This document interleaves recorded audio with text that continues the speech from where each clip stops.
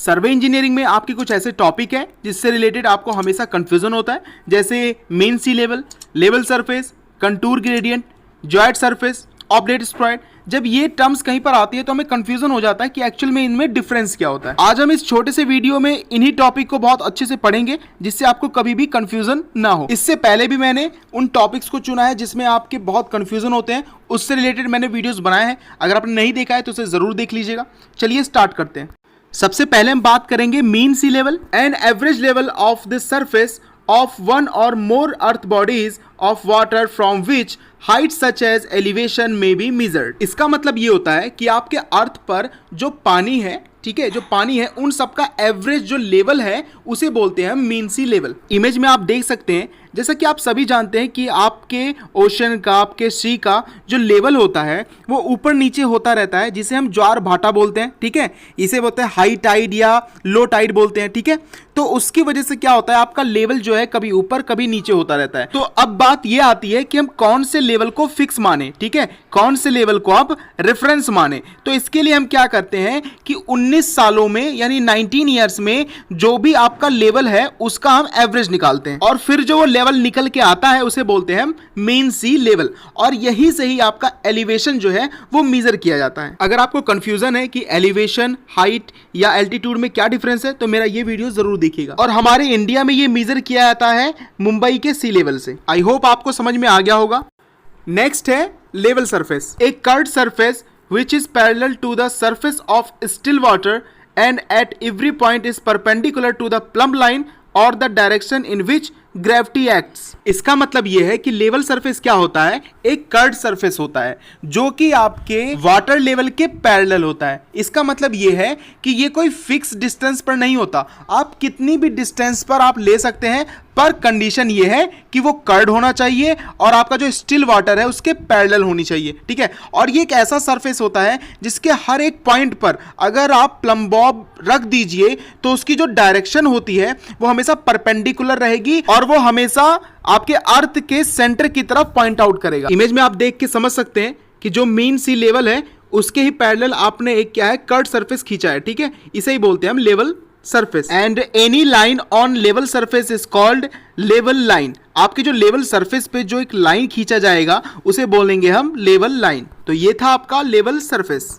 Next है contour line, A line on A map joining points of equal Heights above और below सी level. ऐसे point जिनका सी level से height जो है वो फिक्स हो, कांस्टेंट हो, उन्हें मिलाने वाली लाइन को बोलते हैं कंटूर लाइन, जिसका मतलब होता है कि उसका रिड्यूस लेवल क्या है, सेम है उस लाइन पर हर एक पॉइंट पर। इमेज में आप देख सकते हैं ये जितनी भी लाइंस हैं ये क्या कहलाएगी, आपकी कंटूर लाइन। इन सबका रिड्यूस लेवल जो है वो अलग अलग है पर एक लाइन का सेम है। जैसे कि आप देख सकते हैं सबसे नीचे कितना लिखा हुआ है, 1100, ठीक है, 1100। तो यानी इसके हर एक लाइन पर जो इसका रिड्यूस लेवल होगा वो इतना ही होगा, सेम होगा, ठीक है। कंटूर से रिलेटेड आपके सर्वे में एक सेपरेट चैप्टर है, आई होप आपको समझ में आ गया होगा। नेक्स्ट बात करेंगे contour gradient, line lying throughout the surface on the ground and preserving a constant inclination slope to the horizontal. इसका मतलब यह है कि ऐसे पॉइंट जिनका हॉरिजेंटल से इंक्लाइनेशन समान हो, कांस्टेंट हो, ठीक है, उन पॉइंटों को मिलाने वाली जो लाइन है उसे बोलते हैं कंटूर ग्रेडियंट। कंटूर ग्रेडियंट का फार्मूला होता है vertical height upon horizontal distance. Image में आप देख सकते हैं अगर आपके पास वर्टिकल हाइट 1 हो और हॉरिजेंटल डिस्टेंस 50 हो तो आपका जो ये स्लोप होगा, जो इंक्लाइनेशन होगा उसे बोलते हैं हम कंटूर ग्रेडियंट और ये कितना होगा 1/50। तो यानी कि आपका ये जो 1/50 के जितने भी पॉइंट्स होंगे उन्हें मिलाने वाली लाइन कहलाएगा कंटूर ग्रेडियंट। अब आपके लिए एक प्रश्न जिसका जवाब आपको कमेंट करना है, the line normal to the plumb line is called. आपके पास जो लाइन होती है जो प्लम्ब लाइन के परपेंडिकुलर होती है, नॉर्मल होती है, उसे क्या कहते हैं। Option A, B, C, D में से जो भी करेक्ट आंसर हो मुझे कमेंट कीजिए। नेक्स्ट है आपका joint surface, the joint is the shape that the ocean surface would take under the influence of the gravity and rotation of the earth alone if other influence such as wind and tides were absent. जैसा कि आप सभी जानते हैं कि कि आपके जो ओशन में जो वाटर है उसमें बहुत सारे फोर्सेस लगते हैं, जैसे ग्रेविटी फोर्स लगता है, आपके अर्थ के रोटेशन की वजह से भी फोर्स लगता है उस पर, विंड का भी उस पर काफ़ी प्रेशर लगता है, फोर्स लगता है, टाइड का भी असर पड़ता है, ठीक है, ग्रेविटेशन फोर्स का भी असर पड़ता है। मतलब बहुत सारी ऐसे फैक्ट्स हैं या ऐसे फोर्सेज हैं जो कि ओशन सरफेस पर वर्क करते हैं, ठीक है। तो अगर हम ये माने कि आपके ओशन सरफेस पर सिर्फ ग्रेविटी और रोटेशन ऑफ अर्थ का ही आपका फोर्स उस पर लग रहा है, और इसके अलावा जितने भी आपके पास कॉजेज हैं, फोर्सेज है, जैसे विंड फोर्स है, टाइडल फोर्स है, इन सबको अगर हम नेग्लेक्ट कर दें, ठीक है,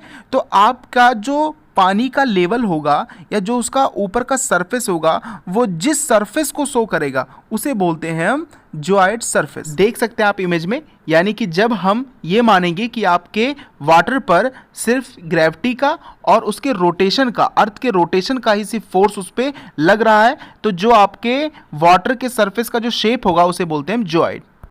नेक्स्ट है आपका oblate स्प्राइड। Earth is flattened at the poles and bulge at the equator.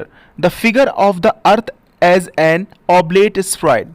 आप सभी जानते हैं जो आपकी पृथ्वी है वो पूरी तरीके से गोल नहीं है, ये पोल्स पर क्या है, थोड़ा सा फ्लैट है यानी चपटाव है, और आपके इक्वेटर पर थोड़ा बल्ज है यानी कि थोड़ा फूला हुआ है, ठीक है। तो इस शेप को ही बोलते हैं ऑब्लेट स्फेरॉइड। इसका मतलब आपसे कोई पूछे कि अर्थ जो है उसका शेप कैसा है तो आप बोलेंगे ऑब्लेट स्फेरॉइड, ठीक है। आप ये नहीं बोलेंगे कि धरती गोल है, ठीक है।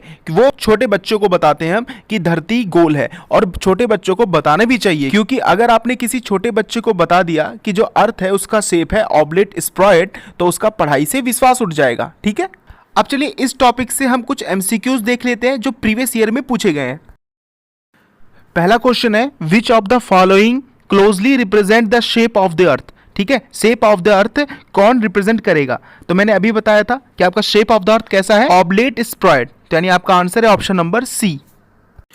नेक्स्ट क्वेश्चन है an imaginary line joining the points of equal elevation on this surface of the earth represent, यानी आपके अर्थ सरफेस पर वो पॉइंट जिनका एलिवेशन हाइट समान है उन्हें मिलाने वाली लाइन को क्या कहते हैं, तो इसे कहते हैं आपका कंटूर लाइन, ठीक है। कंटूर लाइन में क्या होता है, आपका जो रिड्यूस लेवल होता है, जो हाइट होता है वो कांस्टेंट रहता है। नेक्स्ट क्वेश्चन है a surface tangential to the level surface at any point is known as, ठीक है। आपका जो लेवल सरफेस होता है उस पर एक टेंजेंट हम एक सरफेस अगर डाल दें तो उसे क्या बोलते हैं। Option A B C D, इसमें से जो भी करेक्ट आंसर है मुझे कमेंट करके बताइए। लास्ट क्वेश्चन है the boundary of water of A still lake represent, ठीक है। आपका जो वाटर लेवल होगा किसी स्टिल लेक में उसके जो बाउंड्रीज है वो किसे रिप्रेजेंट करेंगी, तो याद रखना कि जो आपका स्टिल लेक होता है उसके वाटर की जो बाउंड्री होती है वो रिप्रेजेंट करती है आपकी कंटूर लाइन को, ऑप्शन नंबर सी। तो दोस्तों आज के लिए इस वीडियो में इतना ही। आई होप आपको ये टॉपिक बहुत ही अच्छे से समझ में आ गया होगा। अब आपको इससे रिलेटेड कभी भी कोई भी प्रॉब्लम या कंफ्यूजन नहीं होगी।